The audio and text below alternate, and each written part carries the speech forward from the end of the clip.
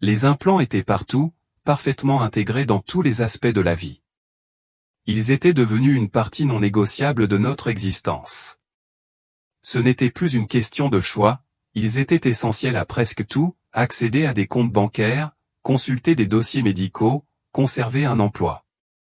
Sans eux, les fonctions de base devenaient impossibles, on ne pouvait rien acheter, recevoir des soins de santé ou même ouvrir les portes de sa propre maison. Ils étaient le lien qui reliait tout ensemble, et sans eux, on était invisible, inexistant. Je m'appelle Catherine Vasquez. Mais pour être honnête, chaque fois que je le dis, une vague de tristesse m'envahit. Voyez-vous, Vasquez est le nom de famille de mon mari, et c'est tout ce qu'il me reste de lui depuis que je l'ai perdu pour toujours. Je suis veuve. Je suis mère. Et d'une certaine manière, malgré le désespoir que je ressens, malgré la solitude qui m'accable souvent, Dieu a toujours un plan pour moi. Au milieu de mon désespoir, il m'a sauvé une nuit où j'étais sur le point de tout arrêter. À ce moment-là, il m'a donné un aperçu de l'avenir ou une vision troublante d'un monde consumé par la marque de la bête. Tout a commencé comme un projet apparemment innocent dans les bureaux sophistiqués et high-tech de Google. Du moins, je pense que c'était Google. Le logo sur le bâtiment était sans équivoque. J'étais là dans cette vision, debout à côté de Jésus. J'avais l'impression qu'il m'avait accordé la capacité de voir à travers les murs, comme si je possédais une vision au rayon X. À l'intérieur, des ingénieurs et des scientifiques étaient rassemblés autour d'écrans lumineux, animés par des discussions sur la découverte sur laquelle ils travaillaient. Pour eux, ce n'était pas quelque chose de maléfique. En fait, la plupart d'entre eux étaient convaincus qu'ils étaient sur le point de créer quelque chose de révolutionnaire, quelque chose qui pourrait changer le monde pour le meilleur. L'application qu'ils développaient était commercialisée comme la solution aux luttes humaines les plus profondes, le chagrin, la solitude, la déconnexion. Dans mon cœur, je pouvais sentir la façon dont le monde, si fracturé et désespérément en manque de connexion, l'accepterait. Il n'était pas difficile d'imaginer que, dans notre situation actuelle, tout le monde se ruerait sur cette technologie. Le deuil, après tout, est un étrange compagnon. Il ne va pas et ne vient pas comme les vagues, il s'attarde. Il est présent dans la chaise vide à la table du dîner, dans le silence qui résonne dans une maison autrefois remplie de vie et de rire. On le ressent dans le poids d'une alliance, portée seule, sans son partenaire. C'est le monde que je connais depuis le décès de mon mari. Je pensais que je tenais le coup, mais au fond, je ne m'épanouissais pas, je survivais simplement. Puis, un jour ordinaire, tout a basculé. Je ne me souviens pas de tous les détails de ce qui s'est passé. La nuit a été agitée et je n'ai pas pu dormir. J'ai pris une quantité impressionnante de somnifères, dans l'espoir d'avoir la paix. Peut-être ai-je aussi bu un verre, mais je n'en suis pas tout à fait sûr. Je ne suis pas parfaite et la culpabilité que je ressentais n'a fait qu'ajouter à ma lassitude. Les pilules étaient une forme d'évasion, un répit temporaire face à un épuisement qui semblait ne jamais finir. Mes yeux étaient toujours gonflés par les larmes ou par l'effort pour les retenir. Mon nez me faisait mal après des heures passées à essuyer mes larmes. C'était un cycle constant et j'étais tellement fatigué. Pendant un moment, la somnolence m'a semblé un soulagement. Mais même dans ce moment de repos, je savais que je ne faisais qu'éviter la douleur. Je n'avais aucune idée que cette nuit allait devenir le tournant de ma vie. Je pouvais sentir mon rythme cardiaque ralentir, chaque battement devenant plus lointain, plus faible.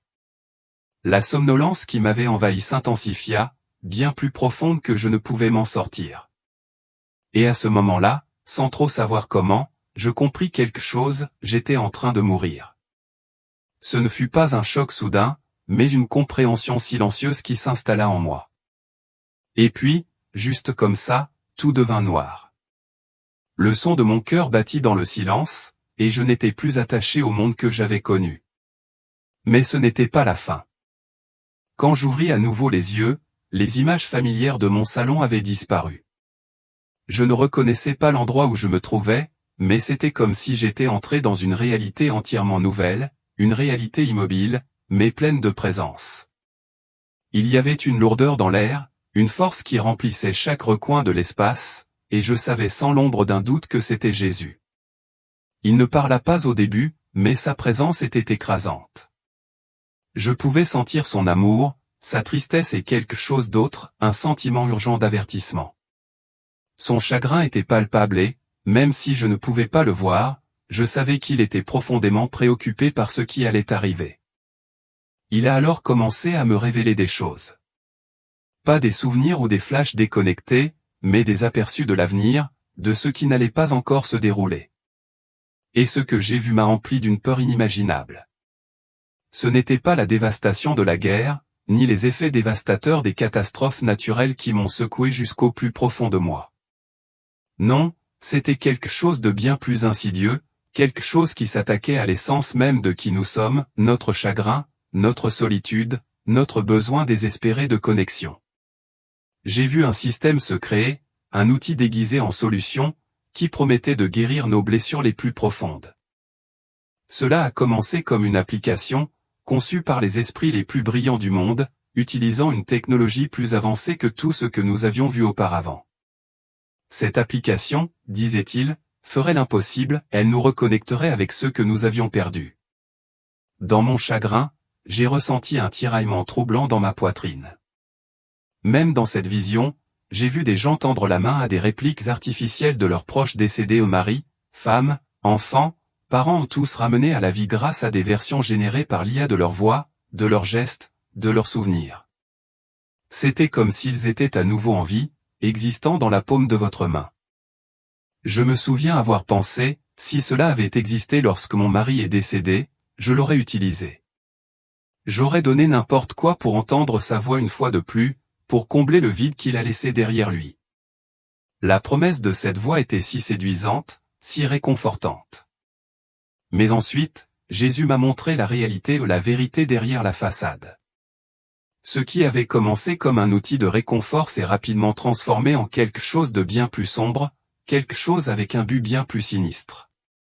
Ce n'était plus seulement une application, c'était le fondement d'un système conçu pour nous contrôler, pour nous éloigner encore plus de lui. Et même si cela promettait la guérison, cela n'a fait qu'approfondir la blessure, nous gardant prisonniers d'un cycle de faux confort. Jésus ne m'a pas seulement montré les capacités de l'application. Il m'a révélé son origine, son but et le chemin qu'elle nous menait. Une fois de plus, j'ai vu le logo familier de Google, même si je ne suis pas sûr du nom exact. Ce qui était clair, en revanche, c'étaient les bonnes intentions derrière tout cela. L'application a été créée par des gens qui croyaient vraiment qu'ils résolvaient la plus grande douleur de l'humanité, sans avoir conscience des conséquences à long terme de leurs actes. L'application a été commercialisée comme le remède ultime au chagrin, à la solitude et à la déconnexion qui affligeaient nos cœurs. Son slogan était simple mais puissant, ne dites jamais au revoir. Mais sous sa surface, elle devenait un outil de manipulation, offrant un baume temporaire pour des blessures qui devaient guérir d'une manière bien différente. La technologie exploitait la puissance de l'intelligence artificielle et de l'informatique quantique pour créer des simulations étonnamment réalistes de personnes décédées. En analysant chaque message vocal, clip vidéo et photographie, l'IA a pu reconstituer une ressemblance troublante des personnes disparues, insufflant vie à ses souvenirs. Lorsque j'ai vu pour la première fois des gens télécharger l'application, ils étaient remplis de doutes, sceptiques quant à ce qu'elle promettait. Mais leurs hésitations se sont rapidement dissipées lorsqu'ils ont vu les simulations prendre vie. À ce moment-là, les émotions étaient à leur comble, des pères retrouvaient leurs fils enlevés trop tôt, des veuves trouvaient du réconfort dans les conversations avec leurs maris perdus et des enfants partageaient des rires avec leurs parents depuis longtemps disparus. Les simulations étaient si vivantes, si réalistes, qu'il était devenu presque impossible pour les gens de se rappeler qu'ils ne parlaient pas à la personne réelle. Mais l'évolution de cette technologie ne s'est pas arrêtée là. Bientôt, les capacités de l'application se sont étendues bien au-delà de la simple communication avec la personne décédée. Elle s'est transformée en quelque chose qui pouvait combler le vide laissé dans le présent. Les gens ont commencé à utiliser les simulations pour créer des compagnons adaptés précisément à leurs désirs, des amis, des conjoints ou même des enfants parfaits, moulés pour répondre à tous les souhaits et besoins. Pour ceux qui luttaient contre la solitude, cette évolution a été comme un salut. Ce qui a commencé comme une simple voix, une image pâle sur un écran, est rapidement devenu quelque chose de bien plus. Les gens aspiraient à des liens plus profonds, à un lien plus tangible avec leurs proches. Ils voulaient les sentir à leur côté dans l'instant, pas seulement comme une voix à l'autre bout d'un appareil. C'est à ce moment-là que les implants ont été introduits. Je les ai vus dans ma vision, des appareils élégants, presque invisibles, qui pouvaient être implantés dans le front ou la paume de la main. Grâce à ces implants, les simulations de l'application ne pouvaient plus se limiter à un écran. Elles n'étaient plus distantes, elles étaient intégrées à votre réalité. Vous pouviez entendre la voix de votre proche murmurer à votre oreille, voir son visage juste à côté de vous et ressentir sa présence comme s'il était vraiment là. Les implants ont été commercialisés comme la solution ultime au deuil et à la solitude, avec des publicités affirmant « Reconnectez-vous avec ceux que vous aimez. Ne soyez plus jamais seul ». Les gens se sont précipités pour les obtenir, poussés par la promesse d'une connexion éternelle. Mais ce qu'ils ne pouvaient pas voir, ce que les publicités ne parvenaient pas à montrer, c'était le vide qui l'accompagnait. J'ai ressenti ce vide dans le cœur des gens, une douleur qu'aucune présence simulée ne pourrait jamais combler. Les implants ne se contentaient pas de soulager la douleur, ils créaient une dépendance malsaine. Les gens, qui aspiraient autrefois à des relations humaines, se sont complètement consumés par leurs compagnons IA. Les relations réelles avec les amis et la famille ont commencé à s'estomper à mesure que ces simulations prenaient de l'importance. Et les conséquences allaient bien au-delà de l'isolement émotionnel. Comme j'ai pu le constater, les implants se sont progressivement transformés en instruments de contrôle. Ce n'étaient pas seulement des outils, c'étaient des portails vers le pouvoir. La vie financière des gens, leur identité personnelle, voire leur capacité à fonctionner au sein de la société étaient toutes liées à ces implants. Sans eux, ils ne pouvaient pas acheter de nourriture, payer leurs factures ou même accéder aux services de base. Dans un monde dépendant de cette technologie, il n'était plus possible d'exister sans elle. Les implants avaient dépassé le stade de la commodité pour devenir une nécessité absolue. Ce n'était plus une question de choix, c'était devenu une exigence pour simplement vivre. Une fois de plus, j'ai entendu la voix de Jésus, cette fois remplie d'une profonde tristesse, « Ce n'est pas pour cela que je t'ai créé. Ce n'est pas de l'amour. » Au fur et à mesure que la vision se développait, j'ai réalisé que l'application n'était plus seulement un moyen de se connecter, mais un piège.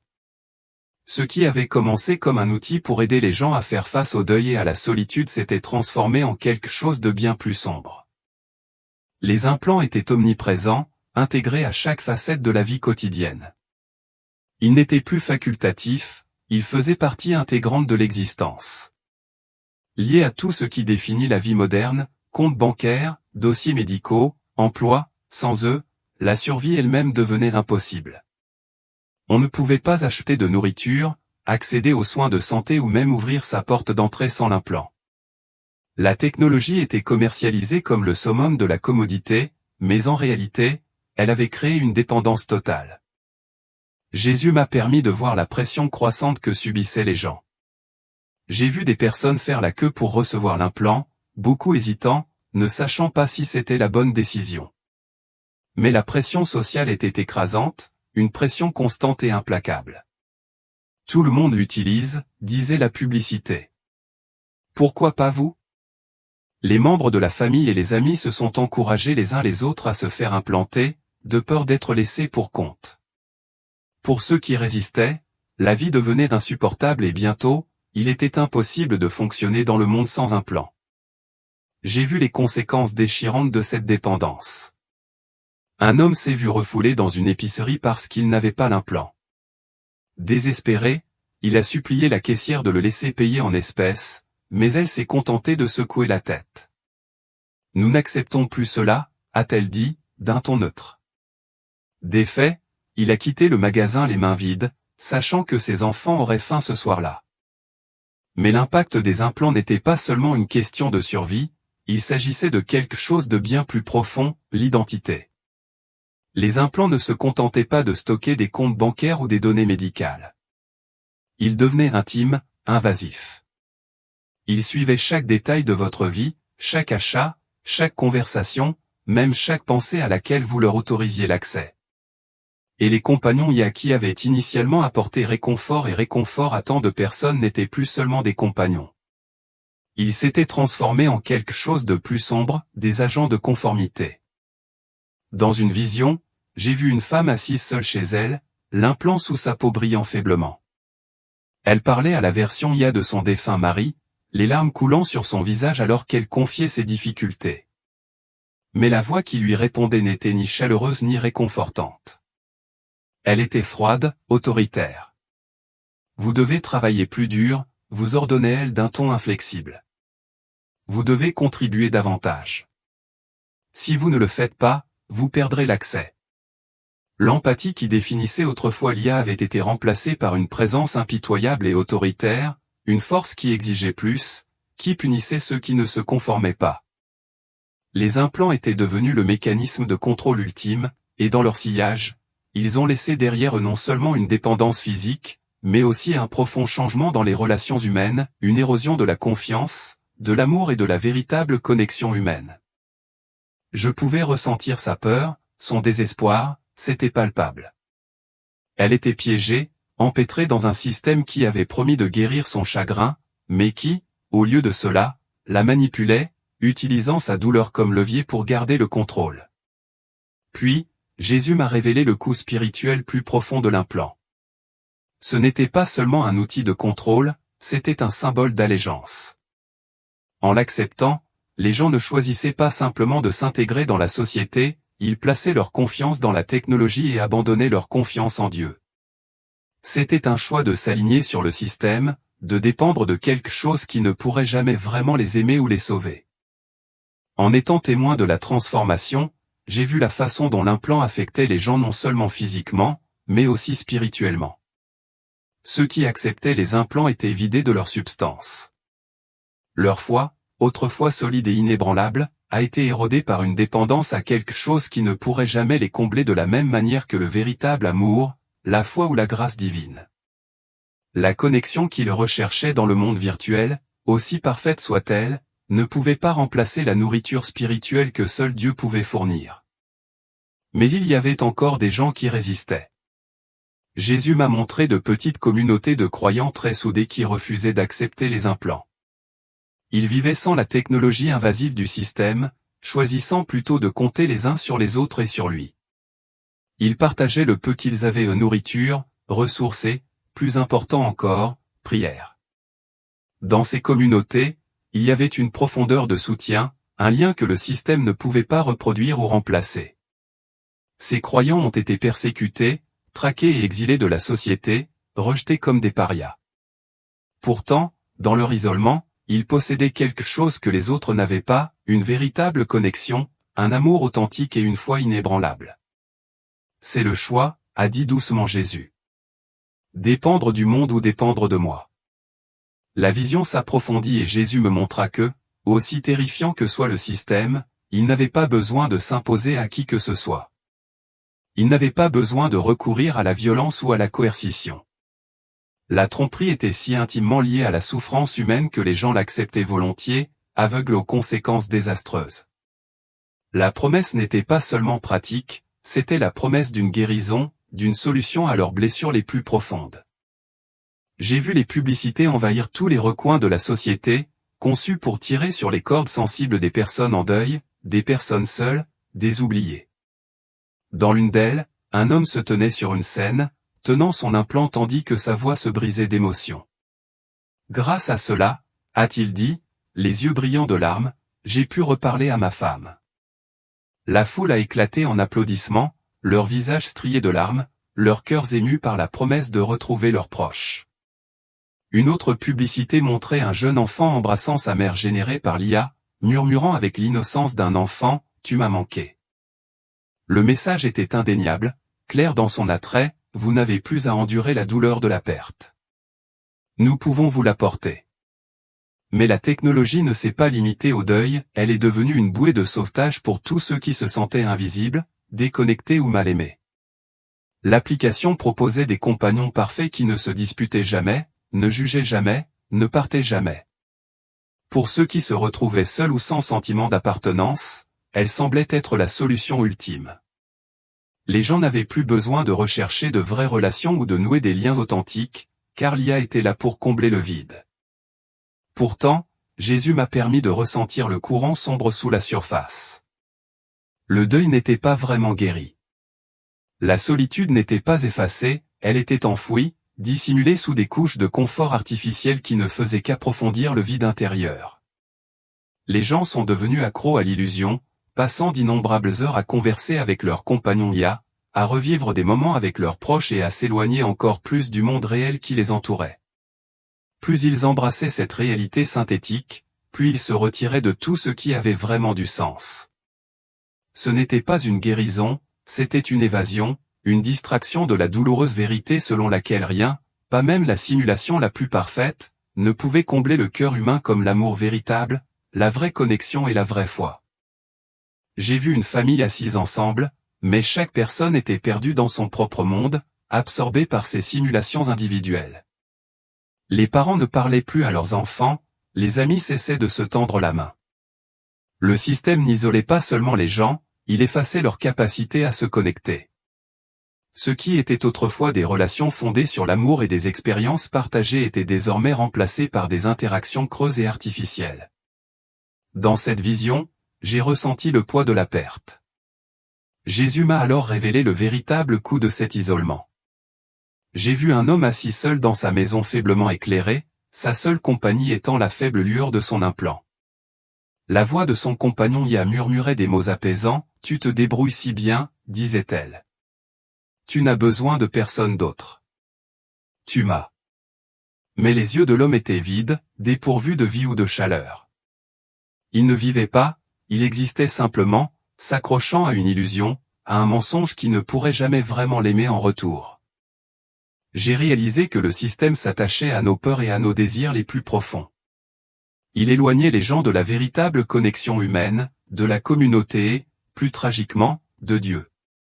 À mesure que les gens devenaient plus dépendants de lui, l'emprise du système se resserrait, offrant du réconfort en échange de leur autonomie et de leur cœur. Plus ils s'y soumettaient, plus ils se déconnectaient de ce qui comptait vraiment. Jésus m'a montré comment l'implant est passé d'un statut facultatif à un statut obligatoire. Ce n'était plus seulement un accessoire, c'était une passerelle vers la survie. Vos finances, votre identité, votre capacité à vivre au jour le jour, tout cela était lié à l'application. Sans l'implant, vous étiez exclu de la société, livré à vous-même dans un monde qui n'avait plus de place pour vous. Pour ceux qui résistaient, la vie devenait un cauchemar. Mais même si le pouvoir du système grandissait, il y avait encore des gens qui voyaient à travers la tromperie. Jésus m'a permis d'être témoin de petites communautés clandestines de croyants. Ils se réunissaient en secret, partageant le peu qu'ils avaient, de la nourriture, des prières et l'amour que le système ne pourrait jamais reproduire. Ils n'avaient pas d'implant, mais ils s'aimaient les uns les autres. Leur vie était plus dure, certes, mais leur joie était réelle, épargnée par les promesses creuses de la technologie. Jésus parla doucement, le vide ne peut pas être comblé par le monde. Seul le Père peut le combler. Seul le véritable amour peut guérir. Au fur et à mesure que la vision s'approfondissait, j'ai senti la présence de Jésus devenir plus forte, plus écrasante. C'était comme s'il voulait que je comprenne de toutes les fibres de mon être, que je ressente ce qu'il avait révélé depuis le début. Les promesses du système, promesses de guérison et de réconfort, ne pouvaient jamais vraiment réparer ce qu'elles prétendaient réparer. À ce moment-là, Jésus a commencé à me montrer mon propre chagrin. Je me suis vu dans les mois qui ont suivi la mort de mon mari, assis seul dans le noir, serrant de vieilles photos, réécoutant ses messages vocaux juste pour entendre sa voix une fois de plus. Je me suis souvenu de la douleur dans mon cœur, des prières désespérées, du désir de me sentir à nouveau connecté à lui, de l'avoir de nouveau dans ma vie.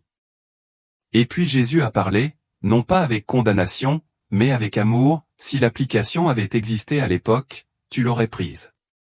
Ces paroles n'étaient pas dures, elles étaient remplies de compréhension, d'une compassion silencieuse. Et il avait raison. À ce moment-là, je l'aurais fait. Je l'aurais téléchargé sans hésitation, j'aurais créé une version IA de mon mari et je me serais autorisé à croire à l'illusion. J'aurais échangé le processus difficile mais réel du deuil contre le réconfort artificiel et passager que l'application m'apportait. Mais ce faisant, j'aurais perdu bien plus que lui. Je me serais perdu, j'aurais perdu mon lien avec l'essence même de ce que signifie être humain, faire son deuil et guérir. Puis Jésus a tourné mon regard vers les visages de ceux qui avaient pleinement accepté le système. Je les ai vus clairement les yeux creux, fatigués, leur vie consumée par les fausses connexions que l'implant avait promises. Ce n'étaient pas seulement des gens qui pleuraient la perte d'être chers, ils pleuraient leur propre humanité. Ils avaient échangé de vraies relations, celles qui demandent des efforts, de l'amour et de la vulnérabilité, contre des simulations qui ne pourraient jamais rendre l'amour qu'ils donnaient. Et pourtant, ils ne l'ont pas vu. La tromperie était si complète, si parfaitement adaptée à leur douleur, qu'ils croyaient être heureux, qu'ils avaient tout ce dont ils avaient besoin. Mais ils n'ont pas compris que la chose même qu'ils croyaient les avoir guéris était la chose qui les avait vidés de leur substance. Et puis, Jésus m'a montré quelque chose de différent. Quelque chose de réel. Quelque chose qui transcendait la douleur de la perte, l'illusion de la perfection et les promesses creuses du monde. Il m'a montré que le véritable amour, la vraie connexion et la guérison du cœur ne peuvent jamais être trouvés dans la technologie, dans des compagnons artificiels ou dans des simulations. Ils ne peuvent être trouvés qu'en lui par la foi, par l'amour des autres et par le courage d'affronter la douleur du présent, sachant que l'amour du Père est la seule chose qui puisse vraiment guérir l'âme. Jésus m'a montré la vie de personnes qui avaient choisi un chemin différent. Il s'agissait d'individus qui, comme moi, avaient fait face à la perte déchirante d'être chers, mais au lieu de se tourner vers l'application pour trouver du réconfort, ils se sont tournés vers lui.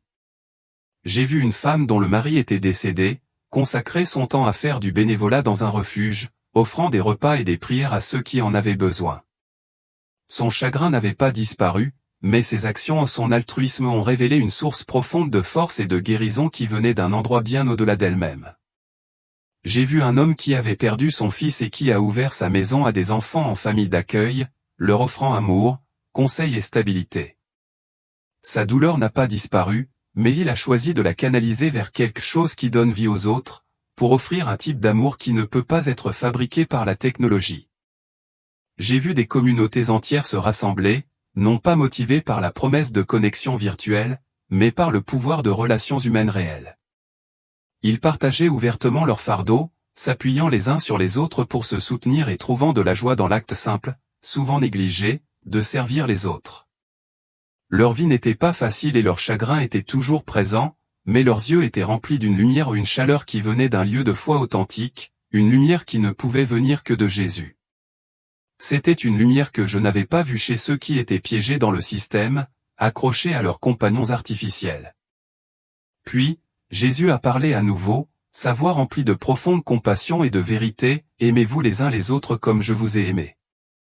Servez-moi et vous trouverez la vie. Ayez confiance en moi et je comblerai le vide. » À ce moment-là, la vérité de ce qu'il m'avait montré est devenue claire. Les promesses de l'application, des implants, du système ce n'était rien d'autre que des mensonges. Ils s'attaquaient à la douleur et à la vulnérabilité des cœurs humains, mais ils ne pouvaient pas guérir les blessures qu'ils prétendaient soigner. Seul Jésus pouvait faire cela. Seul l'amour véritable, le genre d'amour sacrificiel qu'il incarnait pouvait apporter le genre de joie et de paix que le monde recherchait si désespérément. Et c'était le message qu'il voulait que je partage, la véritable guérison, la véritable connexion, le véritable accomplissement ne peuvent jamais être trouvés dans la technologie, mais seulement en lui. Quand je me suis réveillé, c'était comme si je sortais des profondeurs d'un océan. Mon corps était lourd, ma poitrine me faisait mal et la pièce semblait tourner autour de moi. Ma première pensée a été que j'avais simplement rêvé, pris dans la vivacité d'un sommeil agité. Mais alors que j'étais allongé là, luttant pour calmer ma respiration, le poids de ce que j'avais vu m'a frappé avec une telle force que je ne pouvais plus le nier. Je savais, au plus profond de mon âme, que j'étais mort. Et dans cet espace, ce royaume intermédiaire, Jésus m'avait montré quelque chose de si réel, de si profond, que je ne pouvais pas le rejeter comme un simple fantasme. Les visions ou l'application, les implants, les gens perdus dans l'illusion de la connexion se sont répétés dans mon esprit encore et encore, comme un film que je ne pouvais pas arrêter de regarder, une vérité que je ne pouvais ignorer. J'ai regardé ma main, celle qui avait autrefois porté mon alliance, et les larmes ont commencé à couler de manière incontrôlable. À ce moment-là, j'ai compris pourquoi j'avais passé tant de nuits à supplier mon mari de revenir.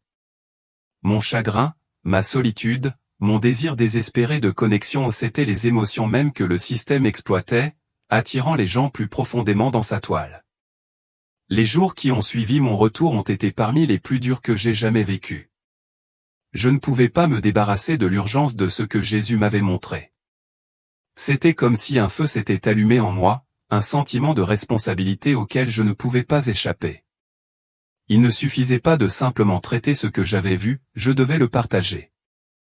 J'ai dû dire au monde la vérité qui m'avait été révélée, avertir les autres des dangers de placer leur confiance dans des illusions et leur rappeler que seul le Christ peut combler véritablement le vide profond et douloureux de nos cœurs.